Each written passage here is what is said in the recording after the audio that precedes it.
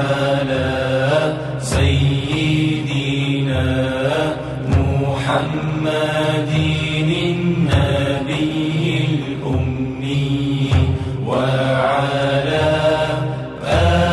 آله وصحبه وسلم. اللهم صل على سيدنا محمد النبي الأمي وعلى آله وصحبه وسلم. إن الحمد لله نحمده ونستعينه ونستغفره ونعوذ بالله من شرور أنفسنا ومن سيئات أعمالنا. من يهده الله فلا مضل له ومن يضلل فلا هادي له. نشهد أن لا إله إلا الله ونشهد أن محمدا عبده ورسوله صلوات الله وسلامه عليه وعلى آله وأصحابه أجمعين ومن تبعهم بإحسان إلى يوم الدين. أعوذ بالله من الشيطان الرجيم. بسم الله الرحمن الرحيم. رب اشرح لي صدري ويسر لي أمري واحلل عقدة من لساني يفقه قولي. صدق الله العظيم. Assalamu alaikum. Kıymetli dostlar, aziz mihmanlar.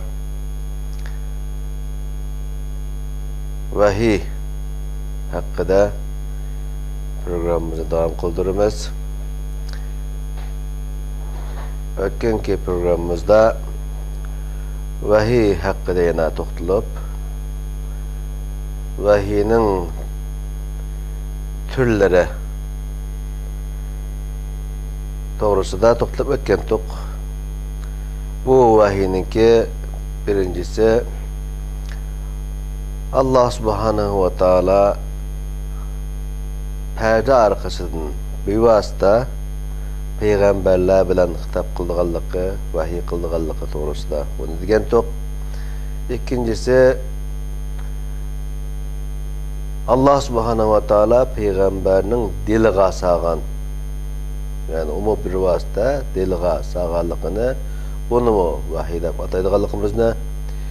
Yeni bir vahiynin yeni üçüncü bir xil türe peygamberlerinki düşlere bu bir vahiyden ibaret ekenligini dep ötdük. Bunuga oxşamagan misallarını keltirip ötkendik. Ahirda vahiynin dördüncü xili bolsa Cibrail aleyhissalatu vesselam ötüp Allah subhanahu ve taala'nın vahiyini Cibrail özününki meleki ağzı bilen peygamberlerge vahiy kılıdığanlıqını bunu tep ötkendik. Peygamber aleyhissalatu vesselam'ı vahiy Cibrail aleyhissalatu vesselam arkalık kelgendi. Cibrail aleyhissalatu vesselam'nınki peygamber sallallahu aleyhi ve sellem'e keliş şeklini, keliş ahvallarını ve peygamber aleyhissalatu vesselam'a vahiy kelgen vaqtida qandaq hallarda bulduğanlıqını biz keleki programda devam kıldırımız degen edik. Allah subhanahu ve taala bizni bugünge yetiştirdi. Onun için Allah subhanahu ve taala'ga hamd sana aytamiz ki bugün inşallah Cibrail aleyhissalatu vesselam'nınki peygamber sallallahu aleyhi ve sellem'ga keliş şekillerini ve onunki peygamber aleyhissalatu vesselam'nınki vahiy kelgen vaqtda qandaq halatlarda bulduğanlıqı, hatta sahabalarınki vahiynin nazil bolganlıqını kögenliki ve kömegenliki, kögenlerinin ahvallары bu doğruda inşallah bugün toxtulup ötümüz. Onun için eğer programımızdaki vakti yar berse inşallah başka bir mavzuga kirip ondan keyin programımızı devam qilib ahirlashtirishimiz mumkin, ama programımızdaki vaqtga qaraydi inşallah. Birincisi Cibrail aleyhissalatu vesselam arqali Peygamber aleyhissalatu vesselamga vahiy kelishi. Cibrail aleyhissalatu vesselamga vahiy kelgan vaqtida qanday shaklda keldi desa, birincisi Peygamber aleyhissalatu vesselam'ninki tabiri boyunca hadiste Ayşe radıyallahu anhadan rivayet kılgan hadiside bir qo'ng'iroqning ovozi bu şekilde keladiganligi, ya'ni Cibrail o'zi keladigan, belki de Cibrail o'zi ko'ranmay turib bir qo'ng'iroqning ovozi kelgandeklan bir ovoz kelib, ondan keyin vahiyniki tushga nozil boshlaydiganligini buni aytdi Peygamber aleyhissalatu vesselam. Ayşe radıyallahu anhadan rivayet kılgan bir hadiste Haris bin Hişam radıyallahu anhu Peygamber aleyhissalatu vesselam'nın yanına gelip özlerine vahiy qanday şekilde keldi ya Resulullah, vahiyning kelgan şeklini bana bir dep bergen bolsun deydi, bir sifatlab bergen bolsun deydi dep so'rgandan keyin Peygamberimiz Muhammed Mustafa sallallahu aleyhi ve sellem mandaq degan: ahyanan ya'tini misla salsalatil jaras. Bazı vaqtlarda vahiy bana nihayet bu şu qo'ng'iroqning ovozideklam keladi. Ve huve ashadduhu alayya. Bana en ig'ir keladigan, ig'irlik saladigan vahiy bo'lsa, mushundaq şekilde kelgan vahiydir. Feyussemu anni ve kad va'aytu anhu ma qal. Yani Cibrail o menden ayrıldı, o qo'ng'iroqning ovozi menden ayrıldı. Onun için ayrılgan vaqtida Cibrailning ma deganlarini to'liq tushungan bo'lib bo'laman degan bu so'ziga asosan Peygamber aleyhissalatu vesselam'ga Cibrailning keladiganligi ve bu Cibrail'ninki kelgan vaqtida, yani bu bir qo'ng'iroqning ovozidek bir ovozning chiqadiganligini anglaydiganligini buni rivoyat qildi. Ba'da qo'ng'iroqning ovozidek bundaq keldi ve mushunga menga eng ig'ir keladigan vahiy deyishdiki sebab da alimlarninki fikirlere bir qanchalar fikirlar var. Bu fikirlerden en muhimi, yani vahiyler o'xshamagan şekilde keldi, ama en ig'ir keladigan vahiy bo'lsa bu şekilde kelgan vahiy Peygamber aleyhissalatu vesselam'ga buyruq ve nehiyler, yani emir ve nehiyler kelganligi va ki ig'ir mas'uliyatni yuklagan vaqtlarda yoki Peygamber aleyhissalatu vesselam'ga bazı işlerde kaygan vaqtlarda, yani sen bunda qilmasang bo'ltirgan vaqtlarda mushundaq ig'ir masalalarni, cho'ng masalalarni ilib kelgan vaqtida mushundaq bir ishlar bir ovozni bo'ldiganligi bu rivoyat qilinadi. Lekin bizga hozirgi bizning hayotimizga jiq bir ta'sir etkizadigan bir aloqasi bo'ladigan bir masala emas, ama ma'lumot bo'lish şekilde bu sifatida o'tamiz. İkinci xildagi kelishi Cibrail aleyhissalatu vesselam'ning Peygamber aleyhissalatu vesselam'ga bir adam suretida, adamning shaklida kelishi. Yani bu, yani Peygamber aleyhissalatu vesselam'ninki bir hadisi var, meşhur hadisi Ömer radıyallahu anh'ninki rivayet kılgan. Biz Peygamber aleyhissalatu vesselam bilen bir mescitte şunda oturuşattık. Tuyuksuzla aramızda bir adam peyda olup kaldı. O adamninki kiyimleri şundan appaktı. Pakız appak. Çarşları kapkara. Ve lakin biz bu adam natunuş adam, udulam otturga çıkıp kaldı. Bu adamınki başka bir yerden kelgenlikini uzak bir mesafeden biz tanımaydigan bir joydan kelgen budu desek, endi bu adamga bir seferden kelgenning bir izdirikimi yoktu bu adamda, bir işaretimi yoktu. Boşundak bir adam gelip Peygamber aleyhissalatu vesselam'dan imandan, İslam'dan, ihsandan soğallıkını, Peygamber aleyhissalatu vesselam'ın ona cevap vergenlikini, ahırda kıyametinin ahvallarına soğallıkını, Peygamber aleyhissalatu vesselam'ın bilmeymeden cevap vergenlikini, fakat onunki onun alamat sa'a, yani kıyametinin alamatları hakkında sözlegenliki, bu rivayet hadis var.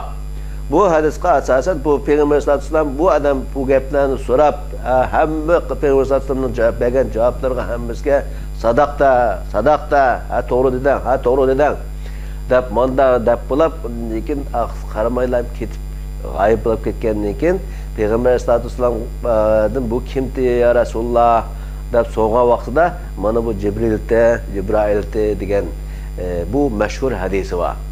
Bu hadiste Cibrail aleyhissalatu vesselam'nınki adam şekildeki süpütüde.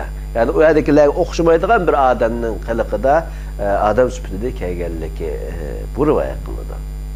Şunu asasen Cibrail aleyhisselam insan şekilde kildiğanlıkını. Hatta başka bir rivayet hadiste yani Peygamber sallallahu aleyhi ve sellem'nınki yanıga Dihyetel Kelbi degan kishininki surati de kelganligini, Peygamber sallallohu alayhi vasallamninki u kishiga gaplarni qilib bo'lgandan keyin Bani Qurayza qabilasiga urushga berish masalasida shayga berish qilmani Alloh taolo buyruq qildi, sizning bobomiz deb bunda deb bir ularning ustida ketayotgan bir odamning shaklida Dihyetel Kelbining suratida ko'ringanligi yana sahih rivoyatlarda mavjud.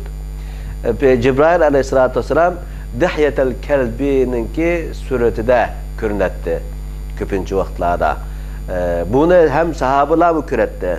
Peygamber aleyhissalatu vesselam ketkendikin bu adam ketip olgandikin Cibrail ketip olgandikin mana bu Cibrail senin dostuna Cibrail dep Peygamber sahabelerga dep etti.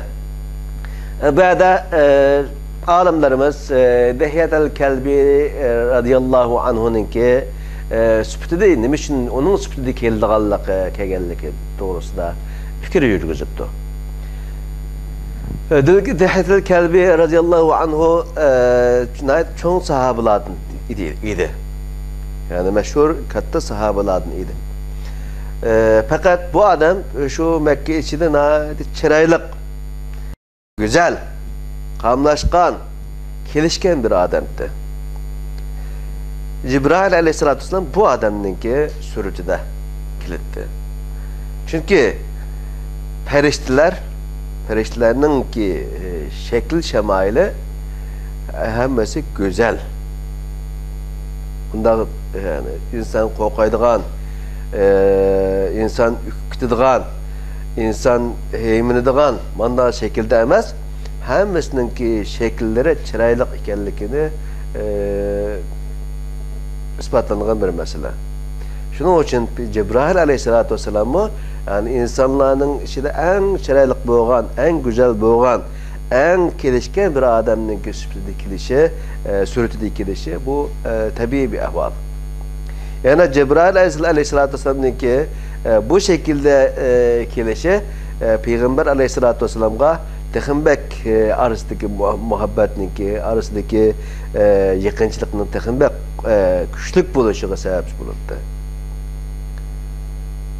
Çiraylı, qamatlı, kelişken bir adamның gibi texinbek insanğa yakınlık, insanğa kanaatlanık günüdür. Onun için alimlerimiz bu Cibrail aleyhisselam'ınki Dihyetel Kelbi'ninki radıyallahu anhu'nunki suretdeki gellikinde bunda şekilde bir tür fikir yürgüzüptü. Yana üçüncü bir hile Cibrail aleyhissalatu vesselam Peygamber aleyhissalatu vesselam'ı öz şeklide öz suretide kelip görünüşü. Hammamizga ma'lum Cibrail aleyhissalatu vesselam'ninki 600 neçe kanıtı vardı. Hatta Samud kavmini şu 600 neçe kanıtının bir kanat ulan urup kompüküm kılavatkanlıkı, helak kılavatkanlıkı rivayette mevcut. Peygamber aleyhissalatu vesselam'a şu şekilde bir neçe kıtım özünün şekilde körengenliki, yani Peygamber aleyhissalatu vesselam bunu bizge rivayet deppagen. Hatta Peygamber aleyhissalatu vesselam'ninki Isra ve Mi'raj vakasıda mı yani Cibrail aleyhissalatu vesselam'ninki şu asmanda Erş-i Ala'nın yanında özününki şekli olan körengenlikini Peygamberimiz Muhammed Mustafa sallallahu aleyhi ve sellem bizge haber kıpırdı. Hoş. Yani Peygamber aleyhissalatu vesselam'a Cebrail aleyhissalatu vesselam'ninki keliş şekilleri bu şekilde. Endi Peygamber aleyhissalatu vesselam'a vahiy kelgen vaqtida Peygamber aleyhissalatu vesselam'ning ahvoli qanday bo'ladi? Bu haqda qisqacha to'xtalib o'tamiz. Birincisi Peygamber aleyhissalatu vesselam'a vahiy kelgen vaqtida Peygamber aleyhissalatu vesselam hatta şundaq soğuk bir Mekke zamanında boğan bosumu, soğuk bir peytli bosumu Peygamber aleyhissalatu vesselam'ninki pişanlardan tarih gidetti. İnna sanulqi aleyke kavlen thaqila. Yani Allah subhanahu ve teala dedi ki ey Muhammed sana nihayet ağır bir sözne yani vahiyini sana salımız deydi. Bu ne degerlik? Yani vahiyinin özü ağır ekenlikini ispatlaydı. Çünkü vahiy alemul gaybi gaybi bir alem maddi bir alem bilen uçuşudur. Ruhi bir alem maddi bir alem bilen uçuşup maddi bir alem ruhi bir alemden kelgen bir ağırlıkını üstüge algandayken bu ağır şunda ağır bulundu.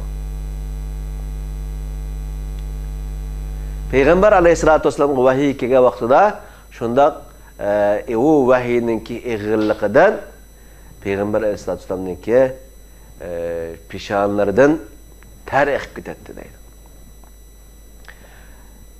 Yana Peygamber aleyhissalatu vesselam bir olağda, bir minekte bulap kalsa, bir hayvanın üstünde menvatkan bozumu ya kütüğü olsun, veya at olsun, veya başka bir nesip olsun. Bunun üstünde menvatkan vaktida Peygamber aleyhissalatu vesselam vahiy nazil olsa, o tüge bazı vaktlarda çöküp oladı yani, yetip oladı, oturup oladı. Başka hayvanlar şundan ağırlaşıp bitetti deydi. Yani yeri çöküp oladı deydi. Yani bunun ne bir ibaret ise vahiyinin özünün ağırlığını ispatlaydı. Yani bunun ruhani tarafındaki ağırlık başka, onun ameli maddi ağırlığının bahikellikine Peygamber aleyhissalatu vesselam'ninki bu ahvallardan kögülü buldu.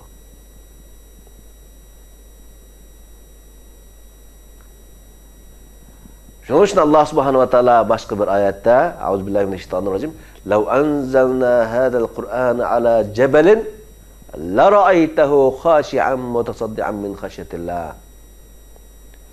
Eğer Navada biz bu Kur'an'ı tağlarının üstüge nazil kılgan bolsak, bu tağlar Allah'ın korkkanlıkıdan paramparça bulap gitti. Parça bulap gitti. Deydi Allah subhanahu wa ta'ala. Bu ikisini birleştirdik vaxtımızda inna sanulqi aleyki kavlen thaqila degen ayet bilan bu ayetni birleştirgen vaktimizde vahiyning hem ruhi hem maddi cihetin şundak ig'ir ekanligini bu Peygamber sallallohu alayhi vasallamningki peshonalaridan tarlarning aqib ketganligi hatto meniyotgan uloqlariningki yerga cho'kib olganligini bunu ko'ramiz. Yana Peygamber sallallohu alayhi vasallamningki bu ahvollarni boshqa sahobalarningki rivoyatlari bor. Rivayetlarda Peygamber sallallohu alayhi vasallam şunda bir tizimizga kelib qolgan bo'lsa, yani biz şunda yaqin o'tiratdik, bir-birimizning tizim şunda mingashgan holatda bo'libdi deydi. Yoki uloqda bir-birimizga şunda yaqin holatda bo'ldik. Bo'lsak, shu vaqtda vahiy kelsa, Peygamber sallallohu alayhi vasallamningki tizlari bizning tizlarimizdan şunda izib mecbet qildik holatda boşunda eğilişip gidetti degan rivayetleri mevcut. Bunun asasen biz başta girdiğimizde yani vahiynin hem ruhi ve hem maddi bir eğerliğinin bar ekanligini bunu göreleyimiz. İkinci bir görünüş bolsa Peygamber aleyhissalatu vesselam'a vahiy kelgan vaqtda Peygamber aleyhissalatu vesselam'ninki şu vahiy kelgan vaqtda bir herining g'urunglagan ovozi yoki bir tuguningki g'otilgan bir ovozi shundoq bir ovozlar paydo bo'libdi deydi sahabi kiramlar. Bu nimani ifodalaydi? Yani bu Cibrailga biz başta dedik ki Cibrail Peygamber sallallohu alayhi vasallamga bir qo'ng'iroqning ovozida qo'ronglab kelganligini dedik ku. Bu Peygamber aleyhissalatu vesselam'a nispeten şundak canlılık halatta boğanlıkı ama bu avaznınki hatta Peygamber sahabeler anlaganlıkı.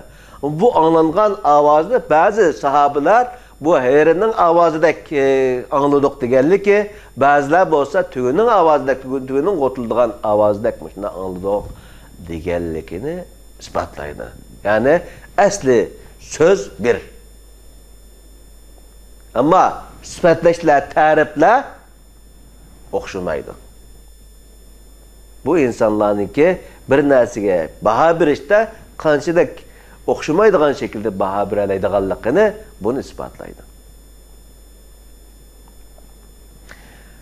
Yani hatta Peygamber üçüncü bir xil bo'lsa, Peygamber aleyhissalatu vesselam'a vahiy nazil bo'lgan vaqtida Peygamber aleyhissalatu vesselam kiyimlarini beshiga yo'g'ib oladi deydi. Bu cık vaqtlarda şunda boğan. Hemimizge ma'lum. Biz hazır bu kiyimler bilan beşimizni yugashimiz biraz ters bo'ladi. Ama Arap zeminde yaşayan insanlar, Araplarni ko'rgan insanlar bunu düşünüp yetdi. Arap zemindeki insanların kiyimleri uzun, kengra, mana şekilde buldu. Yani bir tarafını yerga yetkazib, yerga selep bir tarafını yapıp bundan kiyimler var. Peygamber sallallahu aleyhi ve sellem vahiy kelgan vaqtda shunday beshini kiyimning ichiga tiqib oladigan shunday holatlar yuz berdi. Yani bir maddi bir dünyadan ruhi bir dünyaga yo'tkilib, ruhi dünyadan kelgan bir ma'lumotni, bir xabarni elish bundan oson bo'lmasi kerak. Şunun için Peygamber sallallahu aleyhi ve sellem kiyimlerini şunday yögülüp başka bir dünyada bulup ketgendek bulup ketdi. Şunun için sahabeler hatta Peygamber aleyhissalatu vesselam'ninki vahiy kelgan vaqtida qanday bo'lganligini ko'rish uchun toplangan sahabelar bo'libdi. Hatta sahabelar Peygamber sallallahu aleyhi ve sellem şu yögülüp olgan kiyimini şunday içip içi qargan vaqtda şunday tüğünün avazdak avaz çıqqanligini rivayet qilib berdi bizga.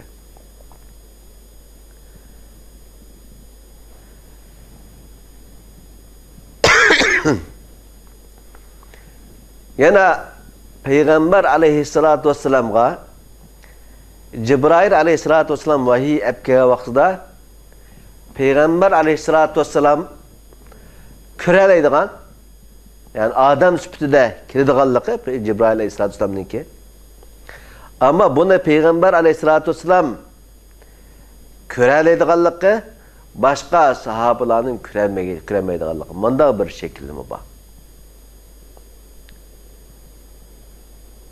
Hatta Peygamber aleyhissalatu vesselam'a şundak adam sıfatida şekilde kelgendiyken Peygamber aleyhissalatu vesselam körep ona sahabalarga palani merdin hazır ötep ketdi manda dedi sizlar köydanlama dep soğandaki ya Resulullah biz köymede yok degendiki ne şunu kürenmeysizler bu çünkü o Cibrail degen rivayeti mevcut.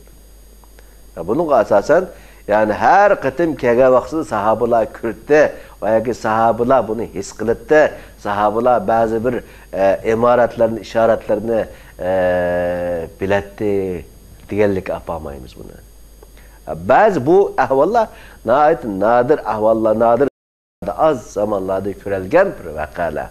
Köpüncü zamanlarda Peygamber Aleyhisselam'a kandan şekilde vahiy nazil bolganlygini o sahabalar bilip bilanmaydı.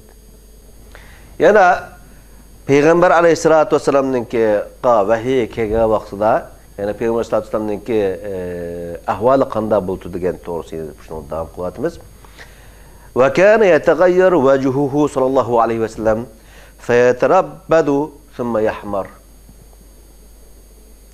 Yani Peygamber Aleyhissalatu vesselam'a vahiy kelgen vaqtida yeni bir holat yuz berdi ki Peygamber Aleyhissalatu vesselam'ın aldı olan yüzü sağırıp, onun için kızdırıp, tatırıp diyendek mondak ahvallar yüz berdi. Peygamber Aleyhissalatu vesselam'ın yüzü kızdırıp gidetti. Tatırıp gidetti, öngöp gidetti bu şunda halatlarda bulut deydi.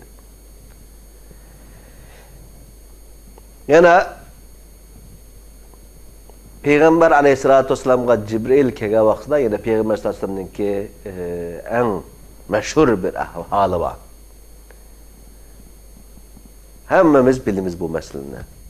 Peygamber Aleyhissalatu vesselam Cibril Aleyhissalatu vesselam kelip onun vahiy nazil kılgan vaqtida Kur'an'ın ayetlerini ügetkilip başlagan vaqtida Peygamber Aleyhissalatu vesselam aldırap ketip bir ayetki olap şunda akakatını tiz okuduğu vaqtida Peygamber Aleyhissalatu Allah Subhanahu ve Taala ondan aldırmaslık lazım ekenligini Allah Subhanahu ve Taala onun ayetlerini hemmeni öğretiganligini ya da aldırdıganligini bizge ma'lum kılgan. Bizge degan ayetlerde. Bunga asasen Peygamber Aleyhissalatu vesselam'nınki yani vahiy kelgen vaqtida yani ben tizdiram ügensem boldu deydi, nayet aldırap şunun tutlap keldiganligini bunu öküreleymiz. Şunu Allah Subhanahu ve Taala bu hakta la tuharrik bihi lisanaka li ta'jala bih. Sen aldırap tilini bu ayetlerin okuşqa ketmegen, aldırap ketmegen degan bu ayetinden yani Peygamber Aleyhissalatu vesselam'nınki vahiy nazil bolgan vaqtida şundaq aldıraplan vahiyni ügünüvasan boldu, yedilvasan boldu deydiganlığı bu nimadan könep turdu.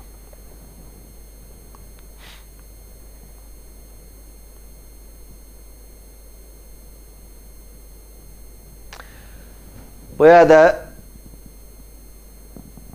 bir narsani eskertip o'tishimiz kerak ki bazı bir rivayetler mevcut. Yani bular işkencesi rivayetler. Ve buların bazıları günümüzün mustaşriklere tappagan veya ki dava kılgan ahvallar. Peygamber Aleyhissalatu vesselam'a vahiy kelgen vaqtida Peygamber Aleyhissalatu vesselam huşidan ketdi.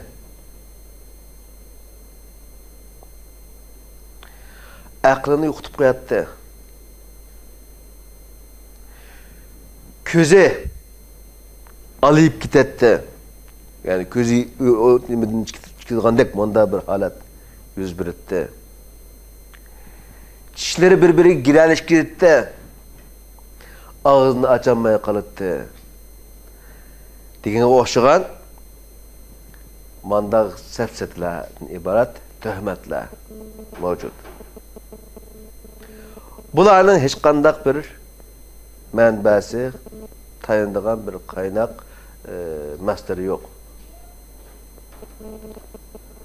Bunların bütün qərizə Allah Subhanahu wa Taala tərəfindən gələn vəhyini bu şundaq şəkildə peyğəmbərə mündə bir vəhiy gələn emas, amma bu şundaq bir sarang adamda bu şundaq bəzən huşdan kildigan, aqlını yoxutub qoyduğan mündaq bir adamda bu deb peyğəmbərə bolğan işencini yoxutuşdan ibaret. Peyğəmbər Aleyhissalatu vesselam'a vahiy kelgan vaqtda hech bir zaman aylanib ketgan emas. Hech bir zaman aqlni yo'qotgan emas. Faqatla vahiy kelgan vaqtda biz hozir so'zini qilgan mushu ahvollar yuz beradi, boshqa bir ish yo'q. Onun uchun bu masalalar haqida to'xtalib o'tishning hojati yo'q. Yani moşunu o'xshagan Peygamber Aleyhissalatu vesselam'ninki sifatlarga, Peygamber Aleyhissalatu vesselam'ning hayotiga munosabatlik moşun ahvollarda so'zlar qilgan vaqtda bunga o'xshagan so'zlarni qilinsa, bulunsa, bunga qat'iy e'tibor bermaslik emas, bilguvchilardan, olimlarimizdan so'rab bilishimiz lozim ekanligini men bu yerda ta'kidlamoqchi. Ahırda vahiynin tüketişinin burun. Bugün inşallah vahiyni tüketken bulduk hamda. Vahiyni tüketişinin burun bir mesele var. O meseleye kirsek asli bu mesele İsra ve Miraj'da oturuğa koyulduğun mesele. Çünkü bu keng tədqiqat edilip verilgan bir mesele. Ama ba'di bu şunu qısqacha deb o'tish lazım bo'lib qoldi. Çünkü vahiydan gap qilyapmiz. Bu bo'lsa Peygamber Aleyhissalatu vesselam Allah Subhanahu wa Ta'ala'dan bir vasıta. Allah Subhanahu wa Ta'ala'nı körep durup közü olan körep durup vahiy ağam mı? Degen bu sual. İbn Abbas radıyallahu anhu Peygamber Aleyhissalatu vesselam'ne kögellikini rivayet kılgan.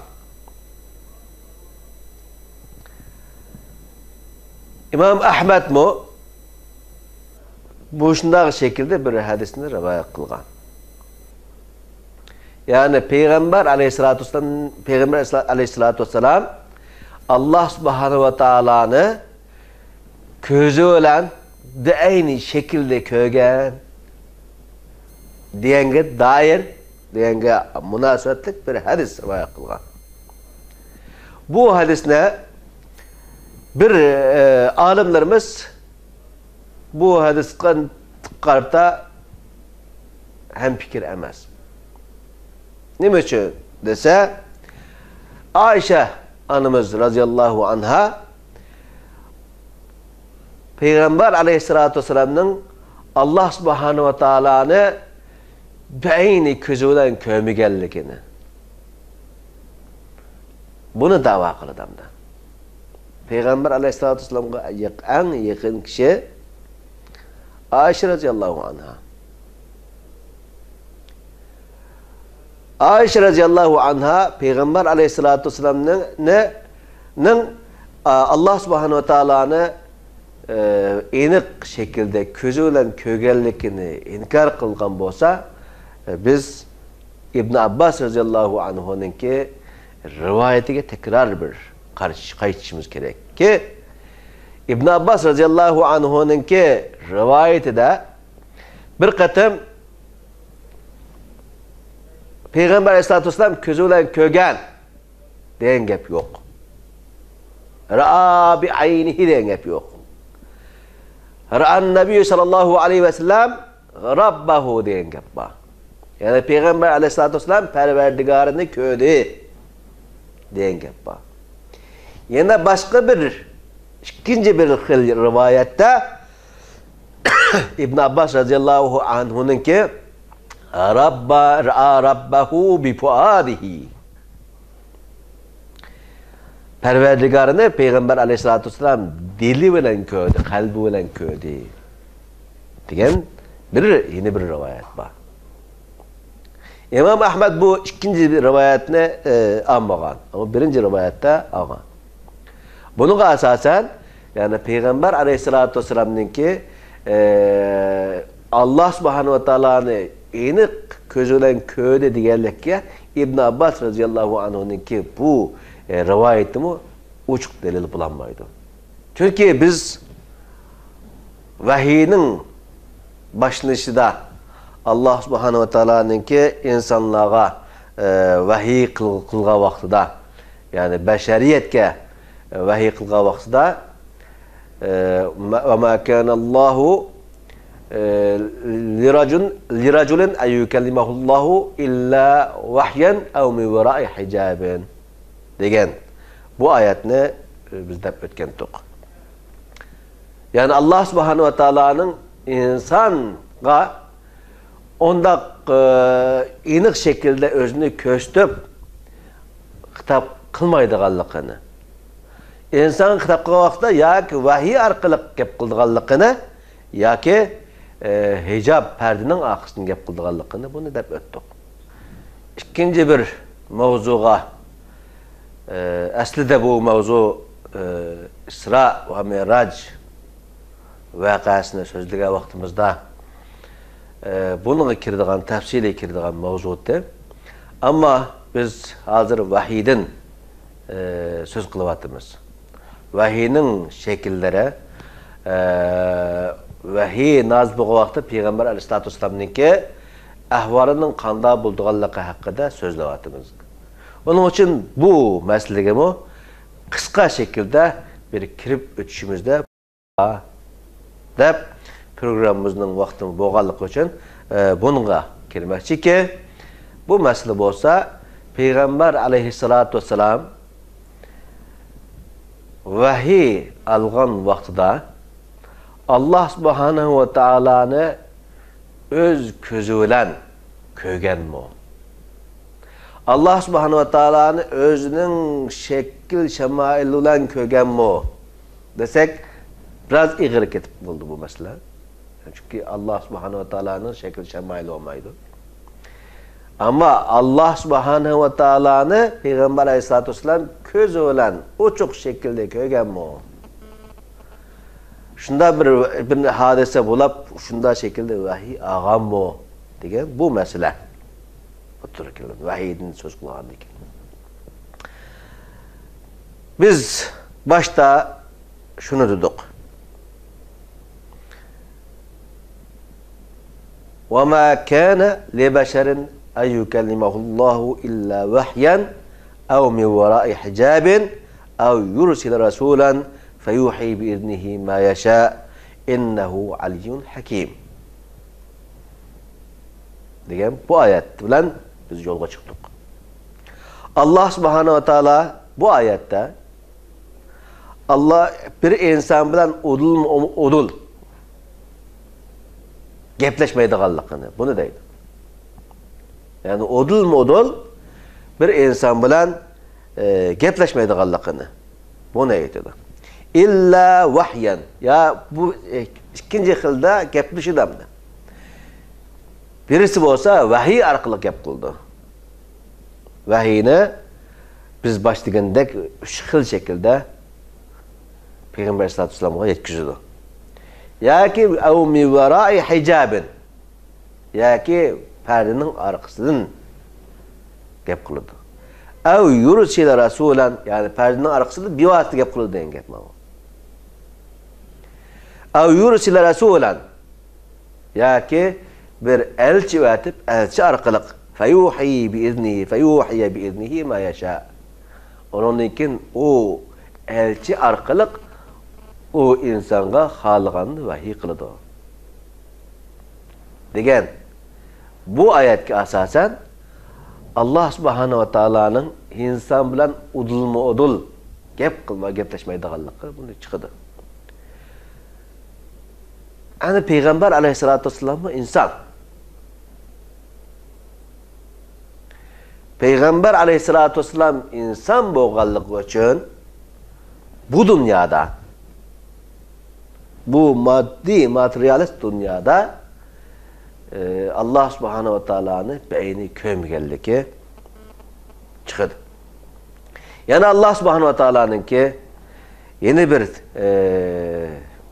ayetinde وَلَمَّا جَاءَ مُوسَى لِمِيقَاتِنَا وَكَلَّمَهُ رَبُّهُ قَالَ رَبِّ أَرِنِي أَنْظُرْ إِلَيْكَ قَالَ لَنْ تَرَانِي وَلَكِنْ انْظُرْ إِلَى الْجَبَلِ فَإِنْ اسْتَقَرَّ مَكَانَهُ فَسَوْفَ تَرَانِي فَلَمَّا تَجَلَّى رَبُّهُ لِلْجَبَلِ جَعَلَهُ دَكًّا وَخَرَّ مُوسَى صَعِقًا فَلَمَّا أَفَاقَ قَالَ سُبْحَانَكَ تُبْتُ إِلَيْكَ وَأَنَا أَوَّلُ الْمُؤْمِنِينَ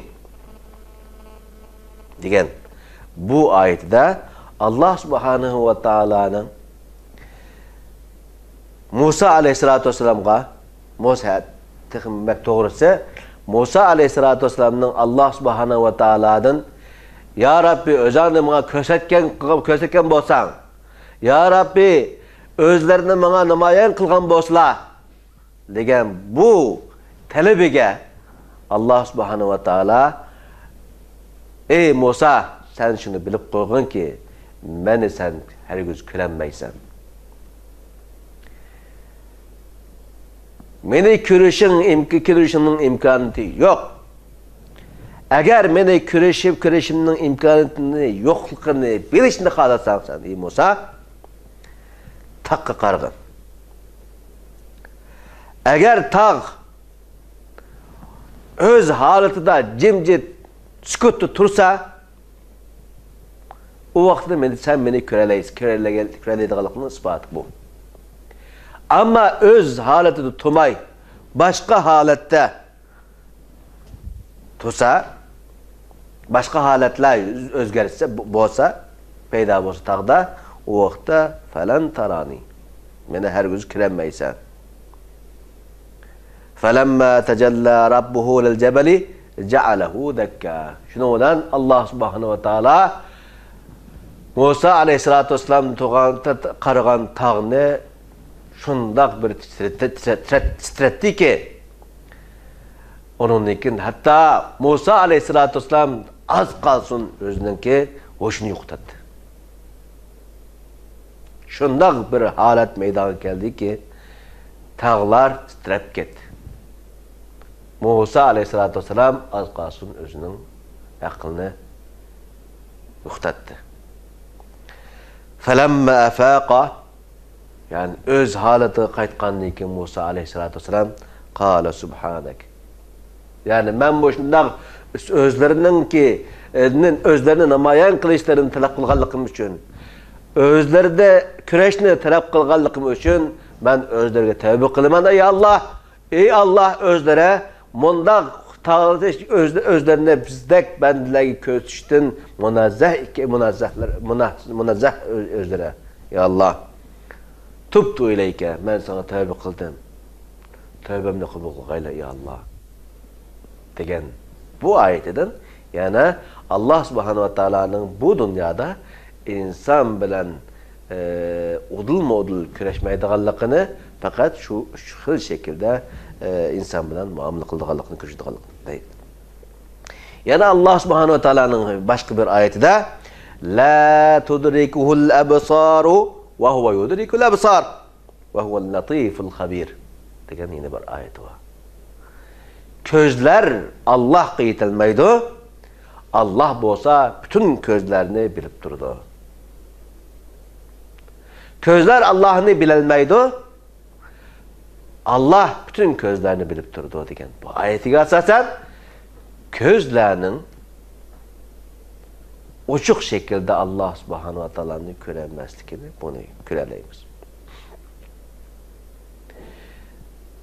Yana bu hakta Peygamber aleyhissalatu vesselam'nın hadisi var. Ebu Zer radıyallahu anhu Peygamber aleyhissalatu vesselam'a kelip ya Resulullah özlere Allah subhanahu wa ta'ala'nı kölnümü degen dep soğa vaqtida Peygamber aleyhissalatu vesselam innehu nurun anna yura.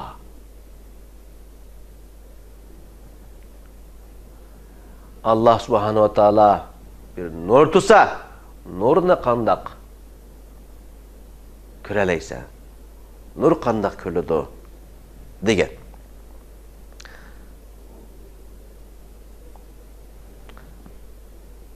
Endi bu hakta bir hadis var. İbn Abbas radıyallahu anhu'dan rivayet kılınan bir hadiste, veya ki hadis desek bulmaydı, yani bu hakta İbn Abbas radıyallahu anhu'dan rivayet kılınan bir rivayet var. Bu rivayette İbn Abbas radıyallahu anhu Peygamber aleyhissalatu vesselam'ın kögellikini aytdı. Bununla asaslanıp durup alimlerimizin bir kısım nahayet az sandaki alimlerimiz Allah subhanahu ve ta'ala'nın Peygamber aleyhissalatu vesselam'a aynı şekilde körelgenliki, Allah subhanahu ve ta'ala'nın Peygamber aleyhissalatu vesselam öz közüden kögellikini bunu aytdı. Ama bununla bu fikirge başta anımız Ayşe radıyallahu anha buluşu bilen nurgunluğun alimla bunun karışıklığı çıkdı. Allah subhanahu ve ta'ala'nı dünya hayatıda hiç kandak bir insan öz közü bilen körep bakkan emes deydi. Bunun asasında İbn Abbas radıyallahu anhu'nun bu rivayeti çoğu. Bunu kanday kılımız diye bu sualı ki vaxtıda İbn Abbas radıyallahu anhu'nun rivayeti şüphesiz halatta emas. İbn Abbas bir rivayeti de radıyallahu anhu innehu ra'a rabbahu deydi. Yani Peygamber aleyhissalatu vesselam'dan maksat kılıp Peygamber aleyhissalatu vesselam Allah subhanahu ve ta'ala'nı köydü deydi. Bu yerde köydü diyen gap var. Közü olan köydü diyen gap yok. Yeni bir ikinci bir rivayette innehu ra'a rabbahu bi fuadihi. O perverdigarını dili bilen köydü diyen öğretimiz var. Bununla bu rivayetine yani İmam Ahmed mu rivayet kılgan. Yani Peygamber aleyhissalatu vesselam başında Allah subhanahu ve ta'ala'nın öz közü olan kögen diyen rivayetine. Ama ikinci kıldaki rivayetine rivayet kılmagan. Yani bir fuadihi dili bilen kalbi bilen köydü diyen rivayetini bunu rivayet kılgan demez.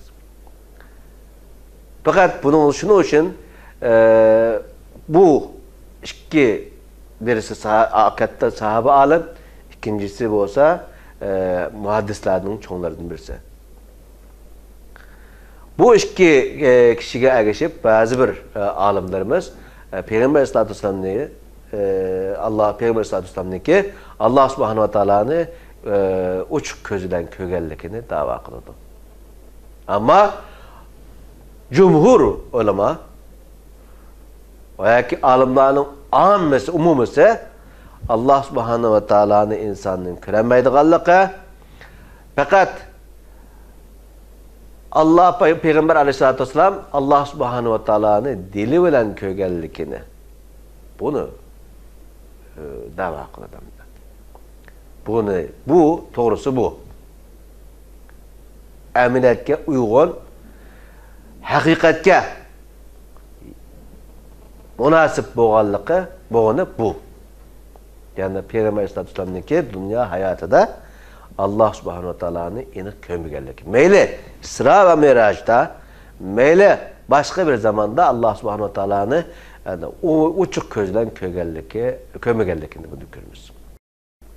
Bu arada Qaba qawsayn aw adna fa awha ila abdihi ma awha degan bu oyatlarga tayanib turib Allah subhanahu wa ta'alaningki Peygamber sallallohu alayhi vasallam bilan bevosita kurashganligi bu haqida o'xshamagan fikrlarning borligi bu bir haqiqat.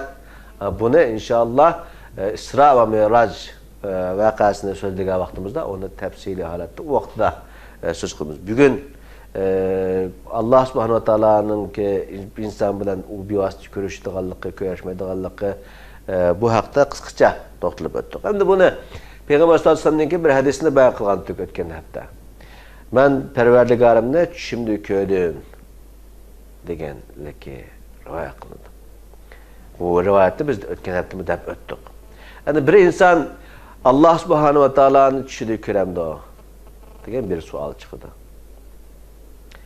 Alimlarning javobi bu. İnsanlar Allah'ını tushida ko'rishi mumkin. Ama Allah'ın özünü ko'ramdi? Yo'q. Peygamber bo'lsa Allah'ın özünü ko'rishi mumkin. Ama normal insanlar Allah'ın özünü ko'rmasligi mumkin. Ko'rmaydi. Fakat o insanın tushida farishtalar shunday şekilde bir kelishi mumkin, kelib ko'rinishi mumkin. Bir insonniki mayli tushida bo'lsin, mayli o'ngida bo'lsin, Alloh subhanahu va taoloni o'z ko'zi bilan ko'rishi mumkin emas. Bir inson tushida Allohni ko'rgan şekilde bir tush ko'rishi mumkin. Ama bu haqiqiy Allohmi emas. Allah subhanahu va taolo öğretken bir elçi oluşu mümkün onunla. Bir ilham oluşu mümkün. Onun için bizge bu fayda etkemeyidigan meseleler üstünde to'xtalib o'tirganning foydasi yo'q. Bu haqda bek ishkilab kirib ketmaymiz. Mo'shagacha to'xtab turamiz. Bugunlik programmamiz mo'shada oxirlashadi. İnşallah kelaki programımızda vahiyning ikinci bosqichidan boshlab davom qildiramiz. Biz o'tganki programımızda deb o'tgan Allah subhanahu wa taolo Peygamber sallallohu alayhi vasallamga Iqra surasiningki 5 oyatlarni nozil qilib bo'lgan ekan, bir mezgil Allah subhanahu wa taolo Peygamber sallallohu alayhi vasallamga vahiy nozil qilmaganligini bu